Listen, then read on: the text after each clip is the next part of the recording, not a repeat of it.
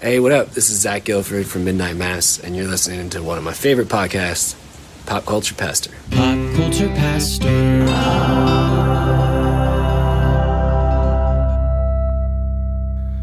All right, Cody, I am back where the temperature stays the same when you go in the shade. And frankly, it's kind of crushing. So, it's crushing my will to live, if I'm being honest. Welcome back. Maine has two temperatures, as it turns out, two kinds of weather. They have sunny and foggy.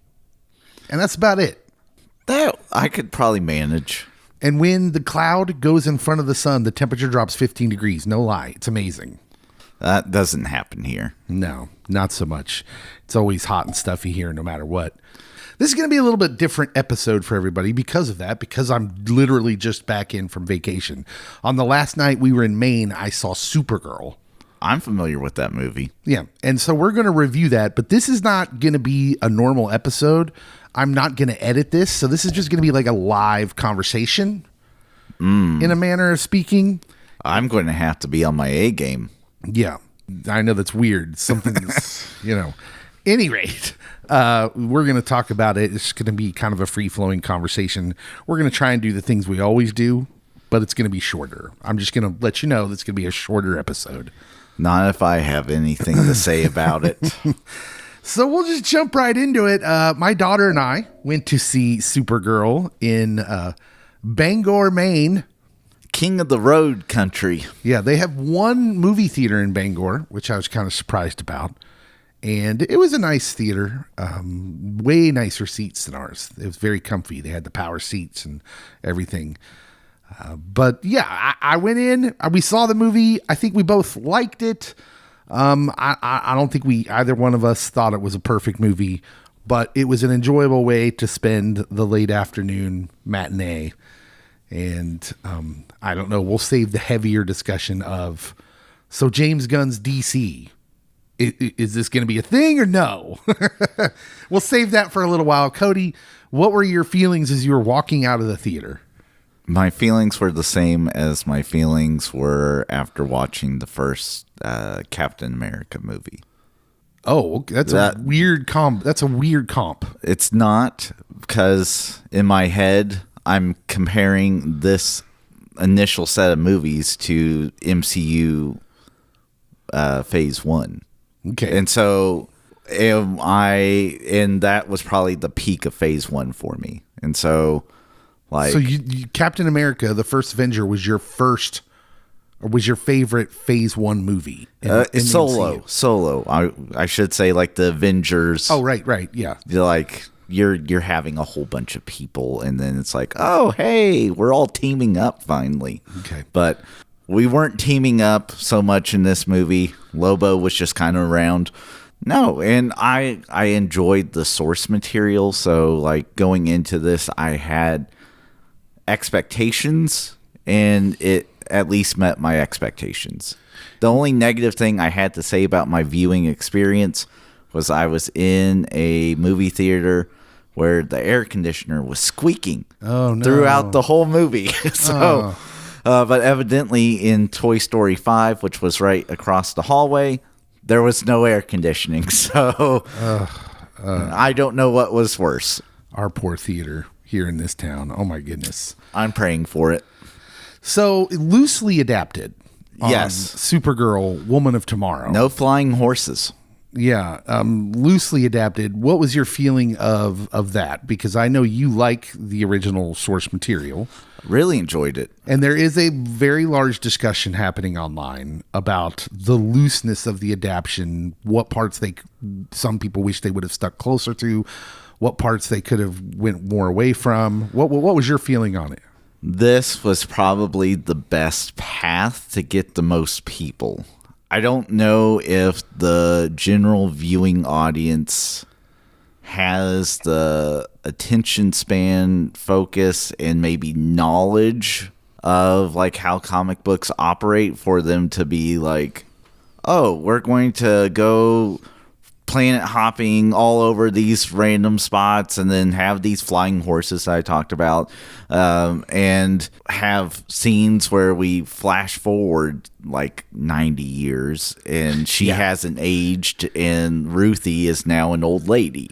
Yeah. So there's like this weird. There's something particularly with the ending. The guy from New Rockstars has a huge issue, which is weird because he's almost like a shill. He almost is never negative on anything. Yeah, and he's been like kind of scorched earth on the ending of this movie, and I definitely want to talk about that because the ending was confusing to me as well. But overall, I mean, I think I liked it. I don't think it's something that kills the Peter Safran James Gunn DC universe at all, and they're moving forward as if it doesn't, even though the box office wasn't where they wanted it. But let's just get into this. Directed by Craig Gillespie, which that's a choice. Yeah. Have you looked at his filmography? I, Tonya, Cruella. So the movie that I'm first introduced to him through is Lars and the Real Girl. Oh yeah. That Ryan Gosling joint. So, like, you choosing him, you're definitely choosing a director that has a unique style and, like, way of presenting things. Yeah. Yeah, this is, it's interesting. This is an interesting crew because it's written by Ana Nogueira, who also just got tapped to write the Wonder Woman movie that they want to do, which I thought was very interesting because I kind of found the script of this sort of messy. Like I cannot sit here and tell you how easy it would be to adapt some source material, especially something that is weird, told from multiple different angles. Yes, angles, has like an unreliable narrator in the comic at times. The little girl, Ruthie, is telling the story at times. Yeah, and they tell you in the comic, yes, like it says.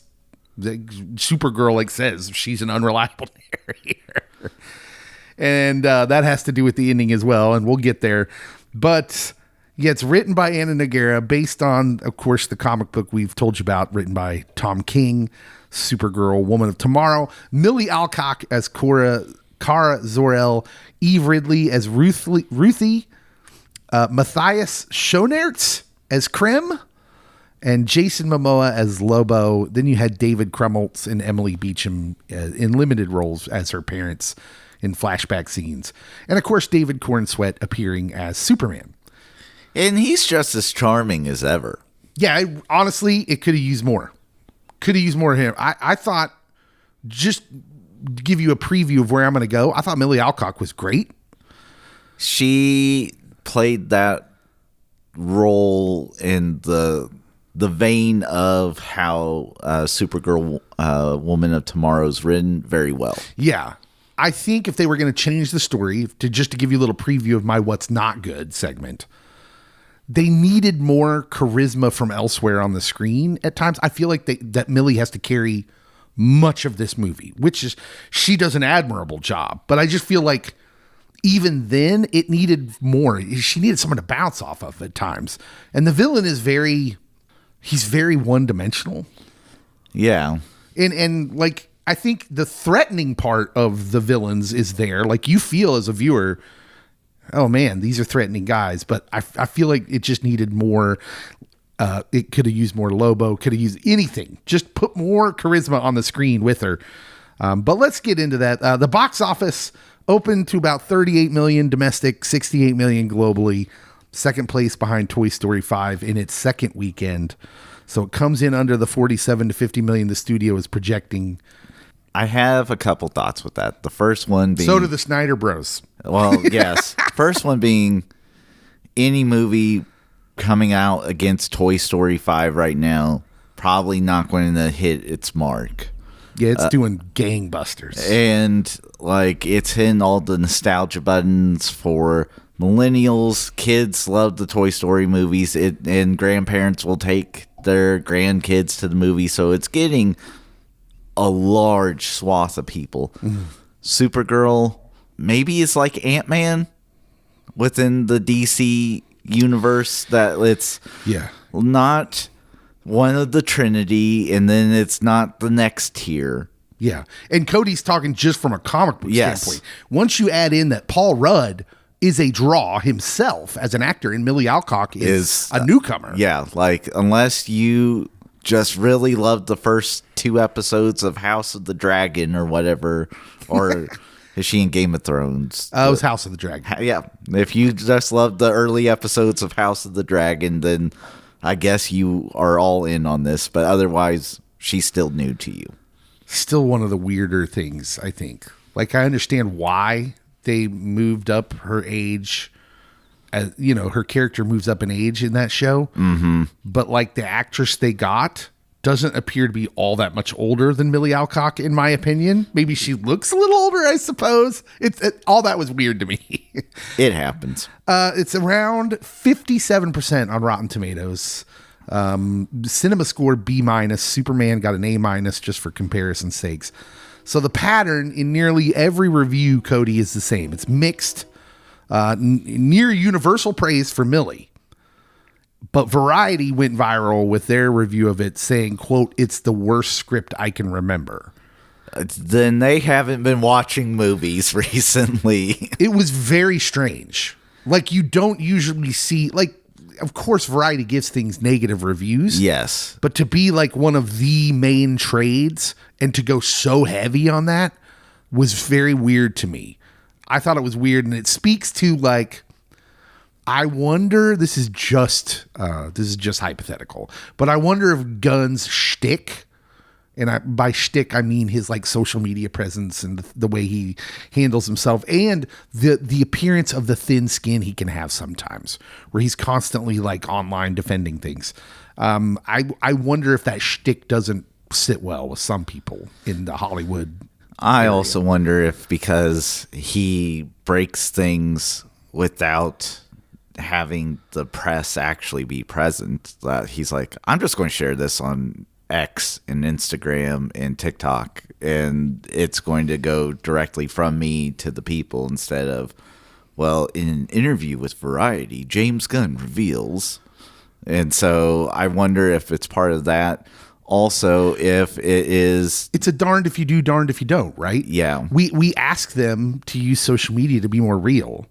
And then James Gunn is pretty real. Like, I mean, he's pretty authentic. Keeps it real. But then you don't like the authenticity. Yeah. Also, if they're trying to expedite what could be a lame duck period, if Paramount decides they're going to do sweeping changes or not. Gosh, I hope not. No, leave it alone. Like, look, I enjoyed my time in the theater with this one. I thought it was good. But losing Superman, and if Lanterns is good, and we decide that they're going to go in a different direction, I'm going to get upset. Because I feel like while this movie wasn't my end-all, be-all, I loved Superman. And Lanterns, what I've seen so far, looks great, too. And I'm here for more Milly. So don't take it away. And we finally got Jason as Lobo, which everyone has been asking for 15 years. So a couple episodes ago, we did something called Cody's Hot Take. And your hot take was that Milly was 100% correct about the Christian dads are 4 or more backlash. Yes. And we talked about it. And the take then was that it was probably mostly trolls, not actually Christian dads. And that your take specifically was, hey, we should sit with the criticism, not go on the counterattack. Yes. But now the movie's out and there's these threads that we can kind of pull on. One, the prediction that I think it was me had kind of came true in part. I don't think that her willingness to talk about all this stuff out there did the movie any favors. It probably wasn't a huge effect. Yeah. But there might have been some people who maybe thought were on the fence of seeing the movie, and then they were like, nah, I'll just wait for streaming. So there was pre-release noise that we talked about that could have affected the box office.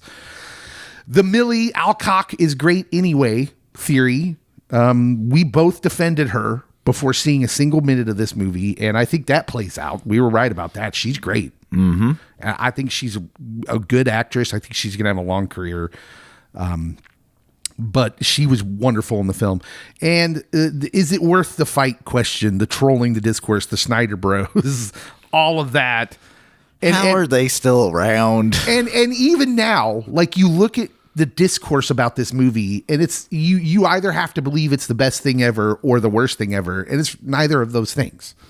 Yeah. And we can't just go to the theater anymore and just enjoy a couple hours in the theater.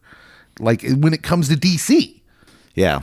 And it's so frustrating because we're finally getting, like, other DC characters on screen besides Batman. Mm-hmm. And I'm here for all the Batman. You can keep throwing Batman at me, but I would also like to see other characters once in a while. Yeah. So let's just get into this. Cody, what's good about this movie? You know what I'm going to say? The cast. All right. So Milly Alcock shines as Kara Zor-El. Jason Momoa actually may have been born to play Lobo. David Cornsweet, still just happy-go-lucky Superman. Eve Ridley does a good job as Ruthie. Matthias, who I'm not even going to try to pronounce his last name, Krim. I thought he was a different actor as I was watching it. And then I'm like, oh, it's this guy. And then David Krumholtz, I'm like, you look familiar. And then I had to look how I knew him. Oh, and I was like, he's Bernard. You are the Santa Claus guy. And I'm like, I'm here for this casting. I recognized him immediately because I am just an under the radar Krumholtz guy. Well, someone needed to be. I love David Krumholtz in everything I've ever seen him in, and he should be in more things. He was delightful. I believe that he could have been part of the House of L and had some wisdom and caringness. He's maybe the best acting choice, like casting choice in this movie as Jor-El's not so political, warm fuzzies little brother. Yes. Like, he's great. I think the parents, I wanted more. Like, I kind of wanted more of that backstory, and I understand that's not the point of the movie, but they were so good. The parents were so good in that role. Yes. And then all the stuff with Argo, like, I really wanted more of that. So I know it's not my turn, but I will also say, just to piggyback off of that, like, I love the choice of having Krypton's fall be told in Supergirl instead of Superman. Mm-hmm. That, like, oh, we know that it was going to die. David Cornsweet gets sent to Earth, but they come up with this way to bubble off what is essentially a city, and in the process of trying to save themselves, they killed themselves. Yeah. And, like, I love that, saving it for Supergirl and having kind of a reimaginative telling of it. I'm here for it. Yeah. Milly Alcock, I'll just start there. It's sort of a piggyback off your cast. We've already talked about her, so this is the natural first stop for what's good. I think she's naturally charismatic. She clearly has some acting chops. Like, she plays Supergirl is very nuanced as a character in this movie, which I don't think we often give enough credit to how hard that actually is in a superhero genre flick. Oh, yeah. To play a nuanced lead. I mean, hello, Jared Leto. It's difficult. Ouch. Like, Morbius. Huh? It's Morbin time. It's hard. It's hard to play a nuanced lead in these movies. And so I thought Milly Alcock was great. I think anytime she's on the screen, you're drawn to her, you're focused, you're locked in.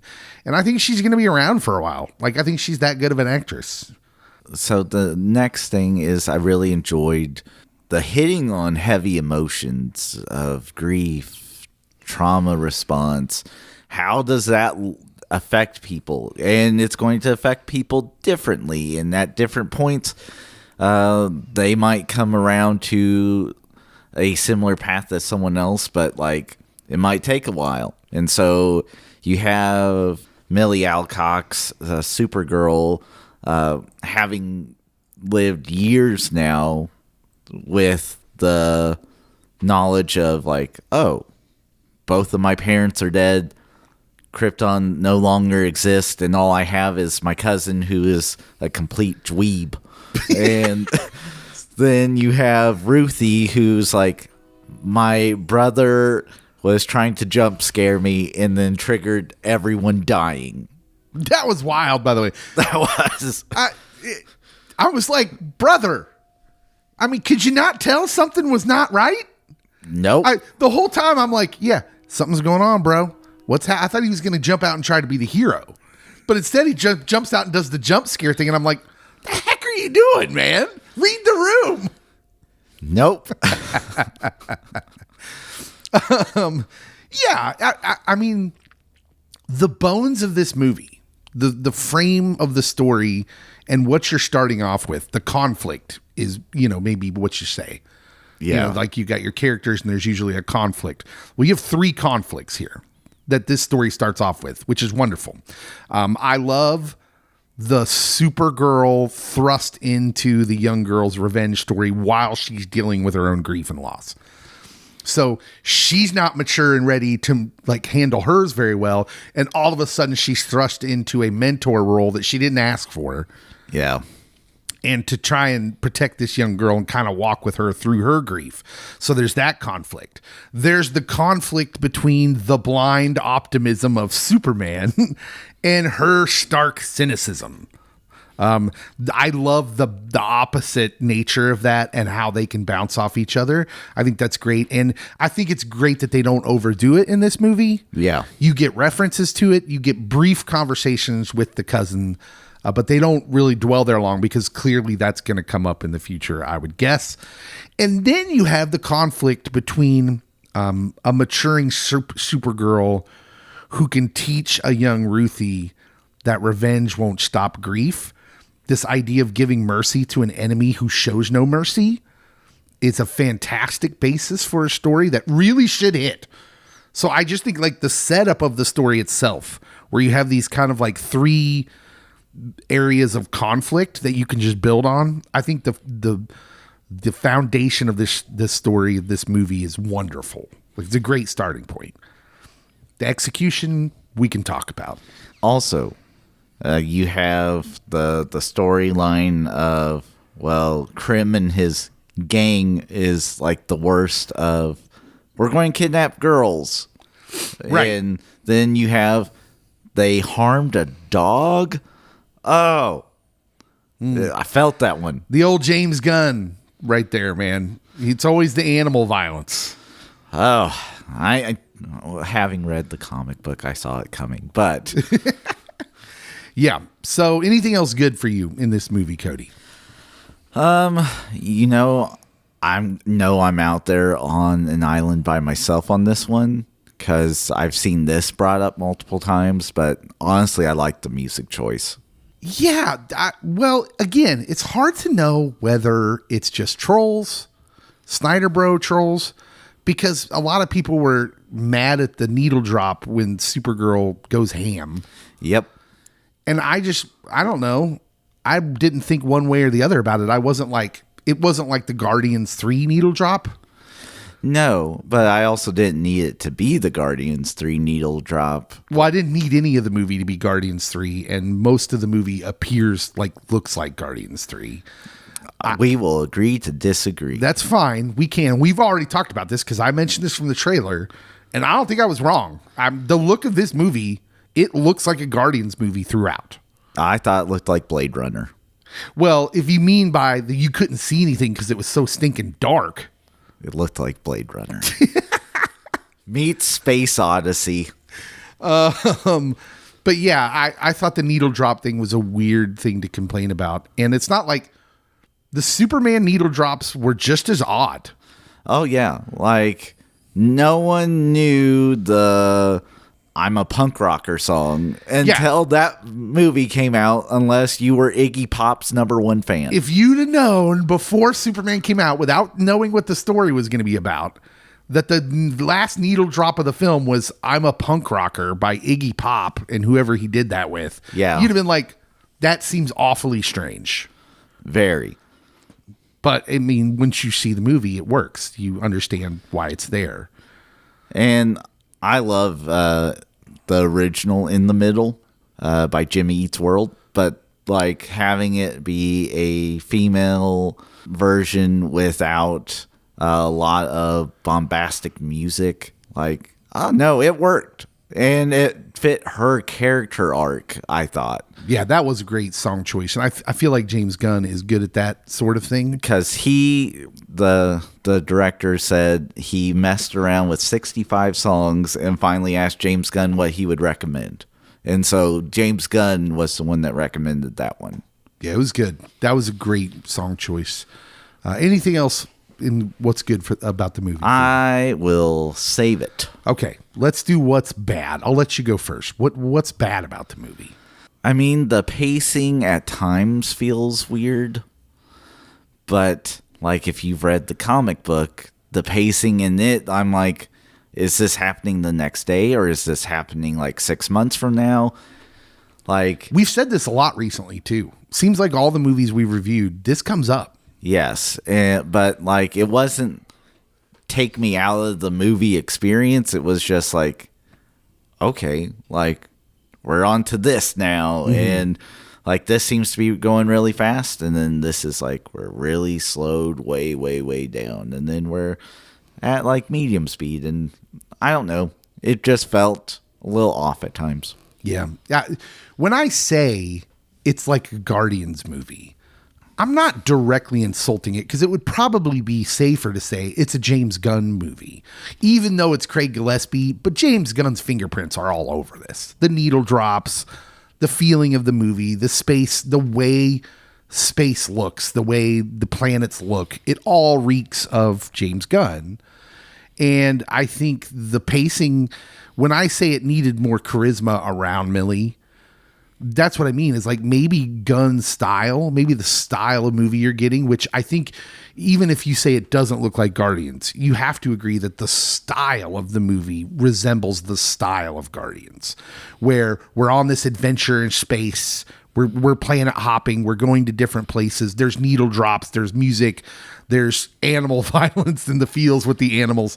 But the problem maybe is that there's just not enough charisma on the screen. Whereas with Guardians, you have like this entire team with different personalities, and they're wildly different personalities. Oh, yeah.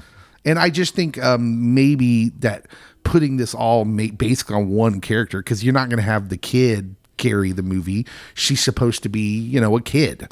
Yeah, and Lobo is really not in it that much. Yeah. No, we'll get there. I have an issue with that particularly. But the script and the story itself, for me, this is my first what doesn't hold up, what's bad, is it's wildly frustrating. Because the foundation of the story, as I said, and what's good is a great start. But I feel like it's kind of a mishmash, the way they execute this. Most egregiously, the whole purpose of the story is to take Kara on this character arc where she teaches Ruthie that revenge will leave her empty, only for Kara to kill the bad guy at the end, which is one of the bigger changes people are talking about online from the original story. It completely kind of, for me, undermines the whole driving point of the arc. It's not as bad as Man of Steel, where Clark kills Zod at the end. Like, that's way more egregious in my opinion. This one is just weird because it leaves us with this weird moral thing. And as a viewer, I'm unsure walking out of the theater how I'm supposed to feel about Kara. For the whole movie, you feel like you're on this arc with her, and it's a good arc. We see her maturing and getting better. And then that part at the end was just like, I don't understand. And then she goes back to Earth like she is changed and everything's fine. I just didn't, it was weird for me. It didn't feel like it meshed very well. So her sending Ruthie off before doing it, I was left with the impression that she didn't want Ruthie to go back and seek revenge later, or for him to go after Ruthie in the future. And so the easiest way is, well, let's just end it now.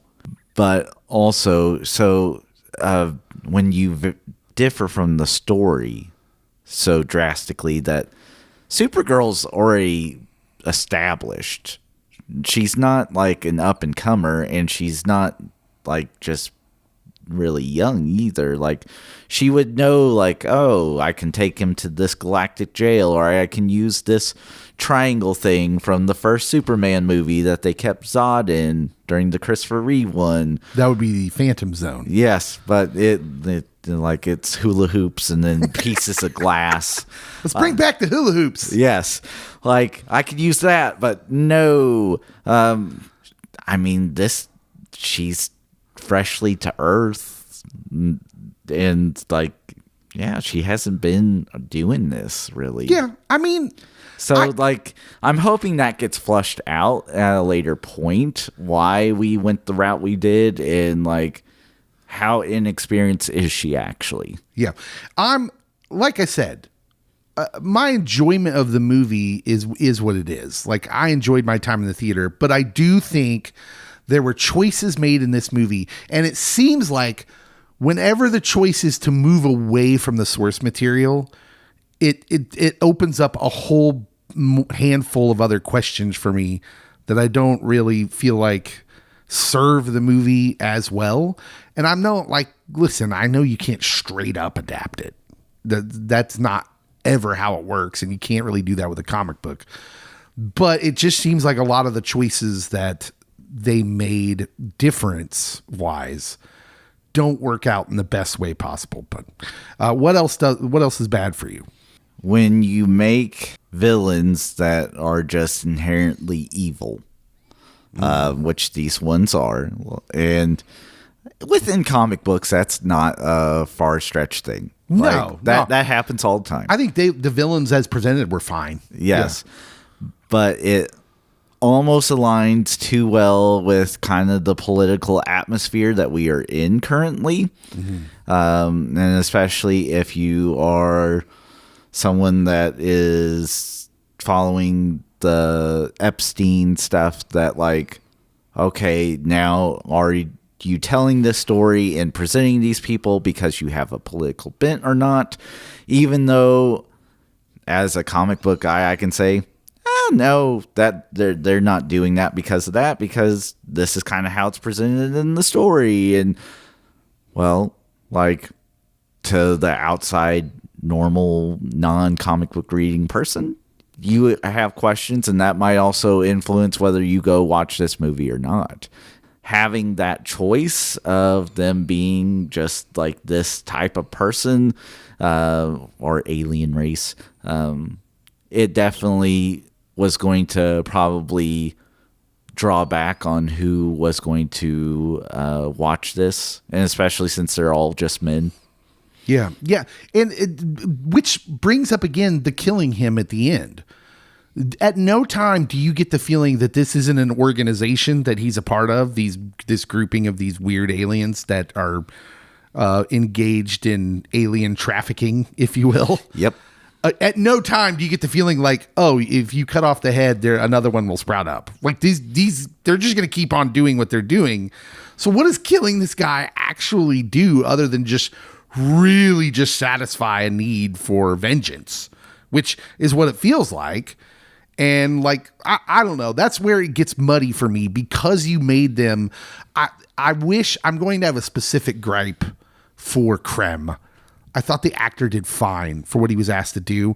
But again, I think if you put someone with more charisma in a role there, you don't even have to change any of his lines. You don't have to give him any more lines. You just put an actor with more charisma in there and let him chew a little bit more of the scenery. It helps the movie in multiple ways. You know who would have made a good Krem? Oh, I'm going to tell you when we get to recast it. Okay. Because I might have to recast him as well. Okay, so the next thing for me that's bad about the movie is so freaking dark. Literally. I don't know if it was the theater I saw it in. I don't know what was happening, but it was dark. There were literally parts of the movie where I'm saying to myself, what's going on? I literally can't see the faces of the characters. It's so dark.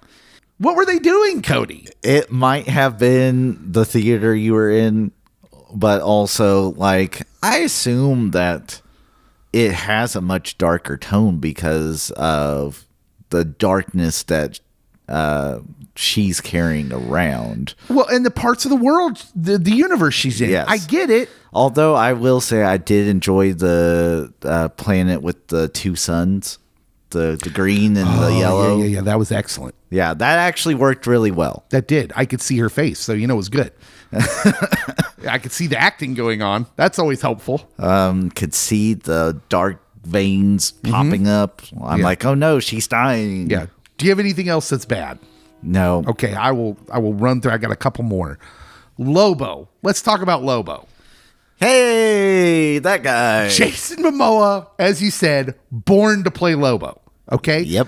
Anytime he's on screen, fantastic. Great. I'm so glad Momoa got to do this. He's a completely wasted character in this movie. Not the comic book, but in this movie, he's cool. He's there for Lobo Ex Machina. That's what I'm going to call it. And when she's in a situation that it doesn't look like she's going to get out of this. Oh, here's Lobo, which is hilarious because one of the scenes they actually make fun of this because Ruthie rescues him, quote unquote. But then the joke is that he reveals to her that he could have Lobo Ex Machina'd his way out of that situation without her. He just wanted to see what she would do. That was my plan all along. I just couldn't believe that we get Lobo, who's just a bonkers comic book character. So he's not in the original story. Yes, I understand that. And so, I was intrigued by how they were going to use him in this. Just because I'm like, well, it really doesn't. She doesn't need him. But if it's a younger Supergirl, then maybe he or she does. This is why, I'd almost like to see again. This is another movie where I'd like to see what ends up on the cutting room floor. Yeah. Because you're telling me that this Ana Nogueira is a good writer because you've tapped her to write the Wonder Woman screenplay now. But what I'm looking at is, okay, so for me, who I was not a writer, I'm assuming that anything extra that you added to this movie that's not from the source material is your writing. And the Lobo part does not look great for you, scriptwriter, because he is like a cardboard cutout in this movie. If you're looking at a Marvel equivalent to Lobo, Wolverine is probably one of the characters you would put on the list of characters who kind of are the comparison. Let's just look at Deadpool and Wolverine for a minute. Okay. An absurd movie. That's the whole point of the movie, is it's absurd. It's very absurd. Wolverine has a fleshed out backstory. He has a completed character arc. And as a viewer, you get the emotional completion of all those things in that movie, that absurd movie. And in this movie, you have Lobo, who he's talked about by Supergirl, gets a little character exposition from just her monologuing about him. Yeah. And that's about it. He chomps cigars. He's cool in action. And he is cool. Very cool. But I'm I don't know if that's going to satisfy your hardcore comic book fans of Lobo. I am really hoping that is this is a launching point and we have either a Lobo-centric movie or series, something. Yeah. If you got to bring him back, because boy, if they never use him again, what a waste of that character. This will be like that time Dwayne "The Rock" Johnson got Henry Cavill back. Don't get me wrong. I think Jason Momoa is great. I think he's great in this role. He is born to do this role. Yes. And what little bits we get of him, fine. It's good stuff, but man. Not the abs. And it becomes more of a problem when I feel like the movie needed some more charisma. It needed more. My last thing, and this one is personal. Oh. So if you go back to Superman. I'm familiar with it. I had one major problem with that movie. And that would be the problem of Superman's parents. Oh, yeah. Jor-El. Now, James Gunn's insistence on making Kal-El's parents bad is going to cause a problem in this movie. Okay? Because James Gunn allegedly has thin skin and cannot let anything go, because there was critique of what he did, the choice he made, which is fine. He made a storytelling choice. That's fine. It just go with it. But instead, I have to assume that it was his insistence that both of Kara's parents reference that choice at separate times in the flashbacks. So both the mom and the dad say something about, oh, his wild brother sending that sweet boy to go rule Earth. Like there are references to it. Now, nothing wrong with the in and of itself, except for it creates a massive plot hole later on in the movie.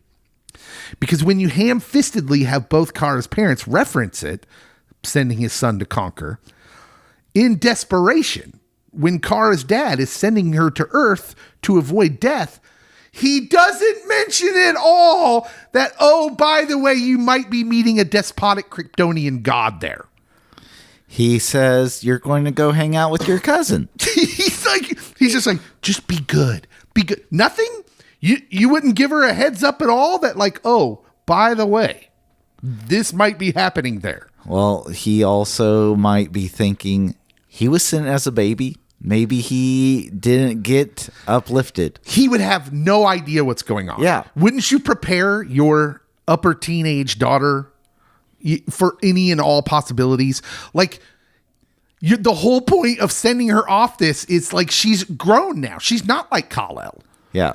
She could have understood at least, like, drop the nugget, the information nugget for her. It's like, oh, by the way. I am choosing to believe that you were correct at the end of Superman, that message was not really what was said, and that there is a supervillain. I would love for that to be the case, but they doubled down on it here.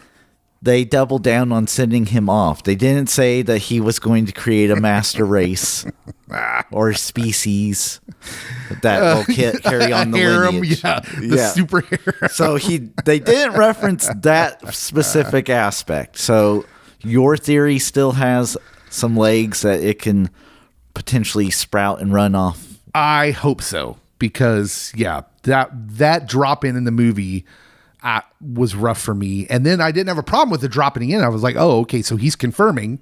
There goes my theory.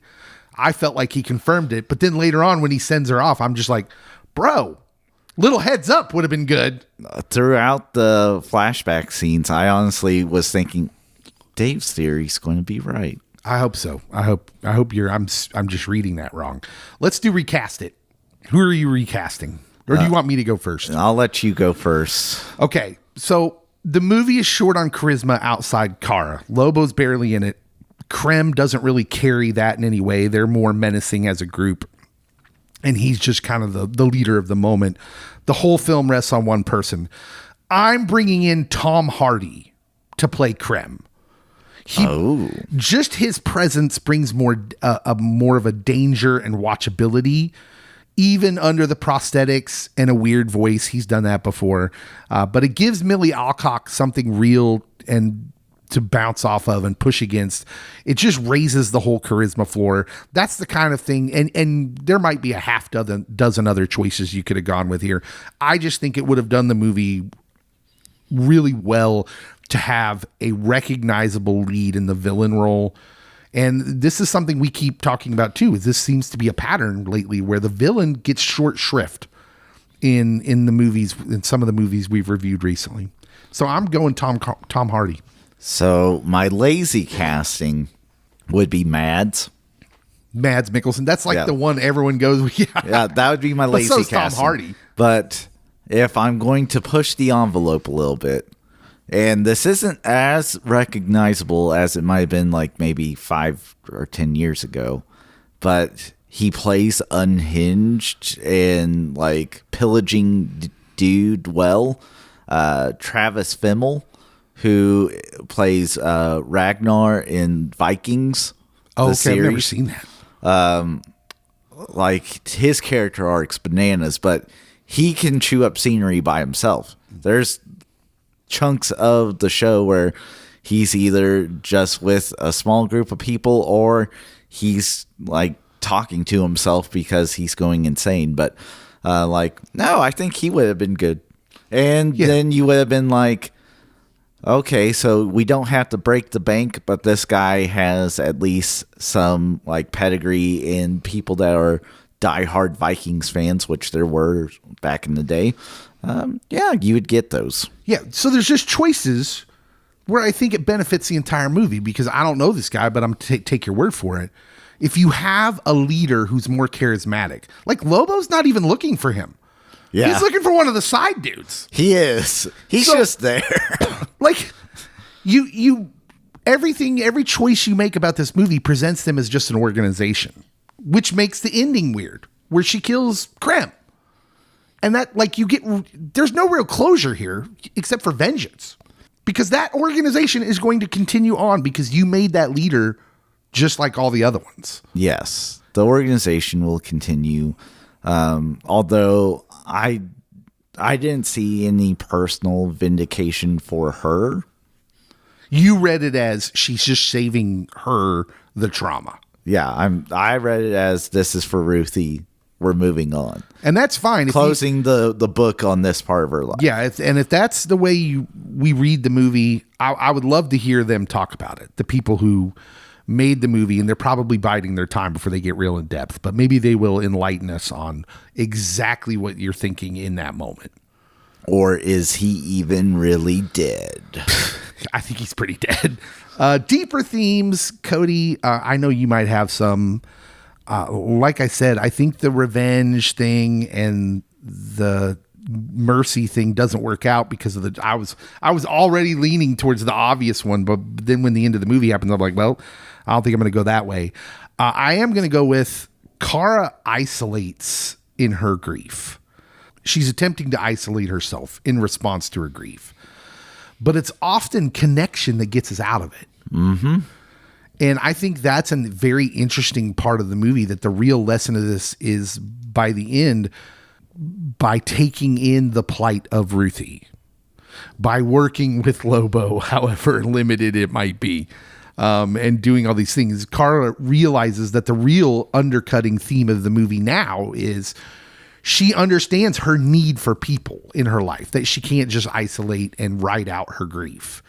And because she's eventually going to die, right? If she keeps doing what she's going to do, what she's doing, I think the unsaid thing in the movie is she'll eventually get caught on a red planet and be something where Lobo can't save the day, and she'll die. And so I think that's the real lesson of the movie, and the fact that you need people doesn't make you weak. That it's very human. It could have played into the Superman thing well, where the end of Superman was all that he's more human than Lex gives him credit for. Where I think you could have said the same thing about Kara at the end of this, is she's more human that you realize because she needs that connection. And you also get the connection and feelings of being a pet owner. Because they do a good job illustrating why Krypto's important to her. That because she's completely and utterly alone. They find each other at her mom's funeral, and that he has been there for all these moments and the brief moments of happiness she has had in between. He was there, and when she finally meets her cousin, who does she grab a hold of and cling to? It's Krypto. So, like, dogs are a very valuable part of the family, and it's sad when you are losing one or have lost one. And so take pet ownership as a privilege and enjoy it while you can. Yep. One of the good things about the choices that Gunn has made across Superman and Supergirl is because of all the choices he made and because how messed up Kara is, we see that the full benefit of who Superman is due to the Kents. Yep. And in that way, I love those choices because that is basic Superman 101 stuff. That it's Ma and Pa Kent that really are the driving force behind his character. And I love that. Which I love the awkward exchange when she just lands on Earth and he's like, "Oh, you don't understand me, do you?" And he just keeps talking. Yeah. Very Kansas, yes. By the way. Very rural Kansas.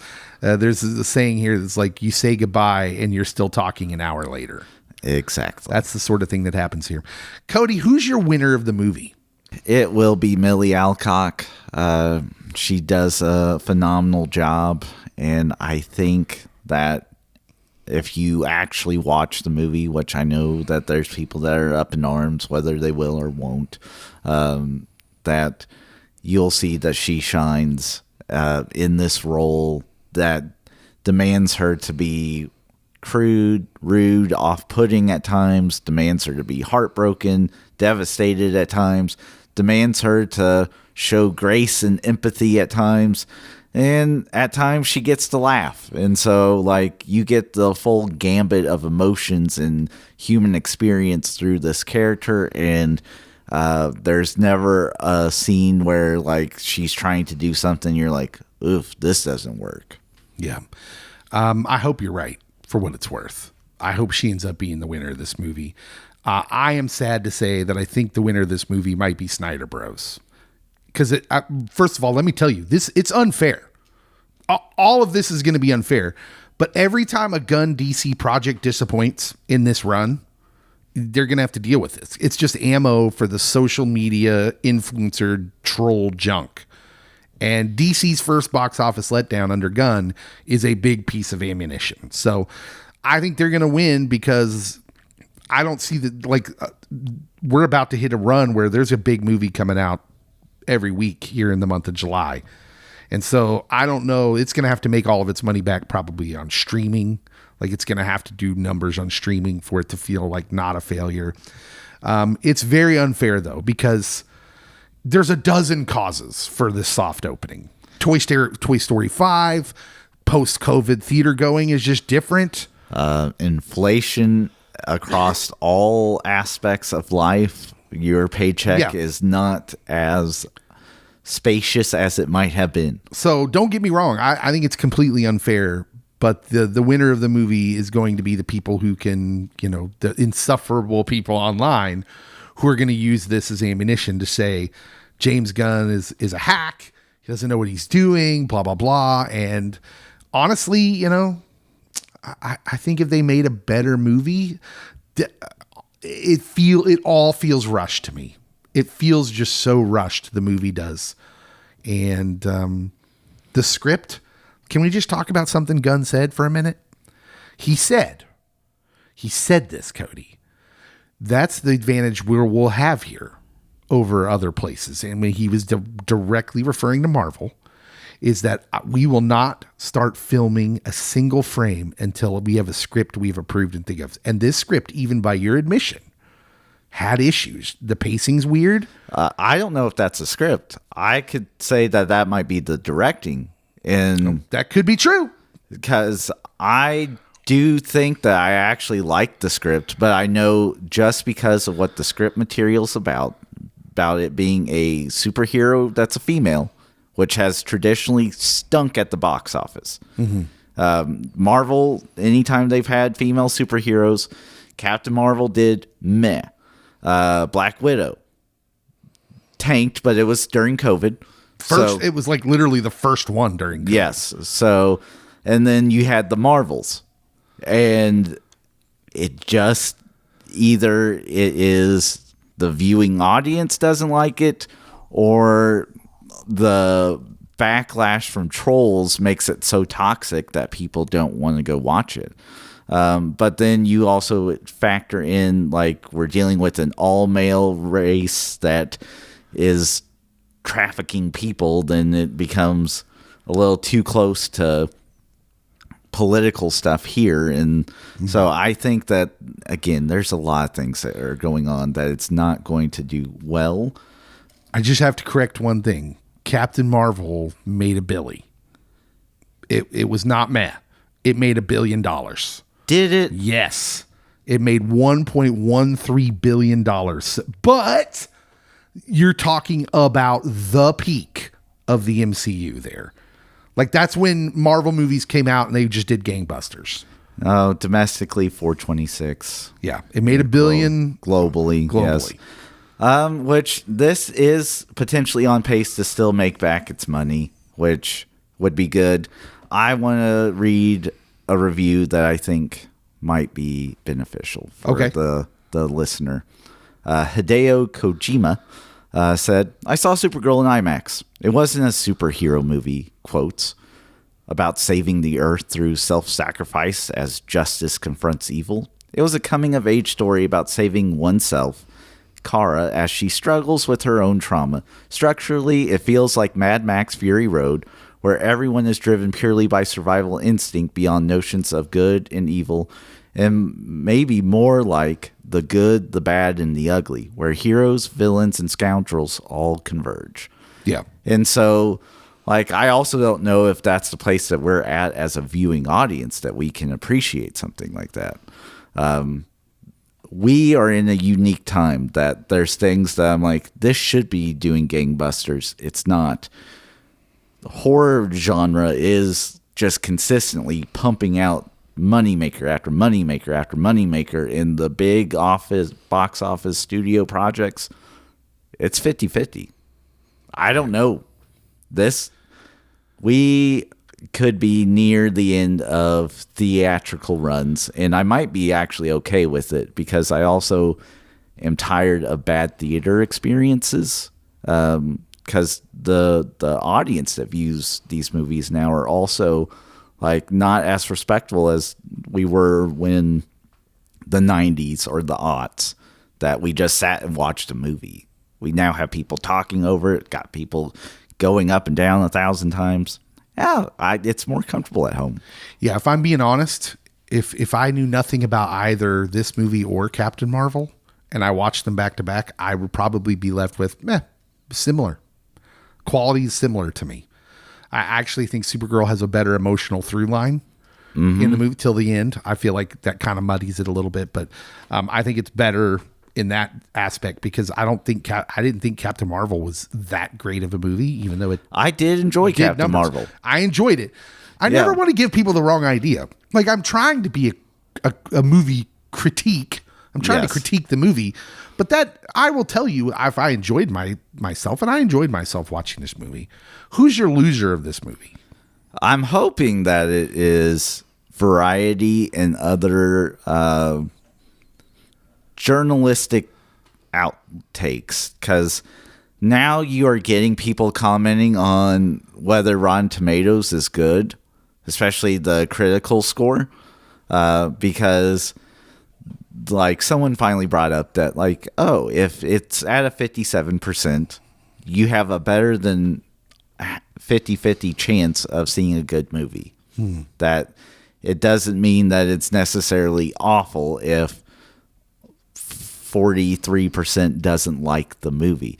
But then you also have got people now saying, okay, so you like this movie that everyone universally agreed was trash, but now that you got this movie that the fan score is 77%, that if the fans are loving it and you're not, are you actually a good critique of movies? Are you a good critic of movies? And so there's a lot of now questioning, is this relevant to us? Is this healthy for us? Is this what's killing the box office, honestly? Yeah. My loser is Milly Alcock because it's not her fault. And I think the discourse, if this keeps going the way it's going, the discourse is going to get ugly. But she did her job. She's the best thing in the movie, and that's the consensus. Most critics say that. But it's not going to protect her. The headline's going to be Supergirl flopped, and it's going to be her headline and her result because of just the factor of, one, she's a woman. That's unfair. But it'll ride on her. Even when it's the things that aren't great about the movie that aren't in her control. Script, visuals, the market itself. And so, yeah, I don't know. It's unfair for her, I think. But it'll be interesting to see how she reacts to it. Will she go with the movie? Is she going to show mercy to people who shouldn't be shown mercy, the trolls? Or will she go the route of the Snow White girl, who just double down? Is going to double down on everything. You join go in Rachel the discourse. Zegler. Because I think the best way right now is to just not even address it at all. Like, I think her addressing it in the pre-movie stuff was a mistake. It's Maybe. not. It wasn't a mistake that was worthy of this movie bombing. I don't think it deserved that, or she deserves that, because she's young. She's allowed to have emotions and reactions to this because it's stupid. The discourse is stupid. It is. There's just no way around it. But what do you rate this movie out of 10, Cody? On my regular movie going scale, I'd go 7.5 or 8. But in my, if this is Marvel Phase 1, I'm going, this is probably a 9. Yeah. I think my standard for like, this is a good movie. It's just a good movie. My standard's like 7. I consider 5 average. I'm going to give this, I think I'm settling in right around the 6.5 area, where it's a decent movie. It's got some good things about it. I feel like the execution doesn't quite land. I feel like it's rushed in a lot of ways. Like maybe they rushed some things they could have taken some time to really work on and make more seamless, because I mentioned my issue with the end, which isn't even the choice. It's just how the choice meshes with your other choices. And so, yeah, 6.5. I think it's good. I think it's worth people's time to go see, especially DC fans who I feel like for years were getting substandard stuff. Oh, yeah. Like, if we were going with the DCEU, like, this might be a 10 out of 10, honestly. Yeah, I'm still having fun in a theater watching DC stuff, which is good.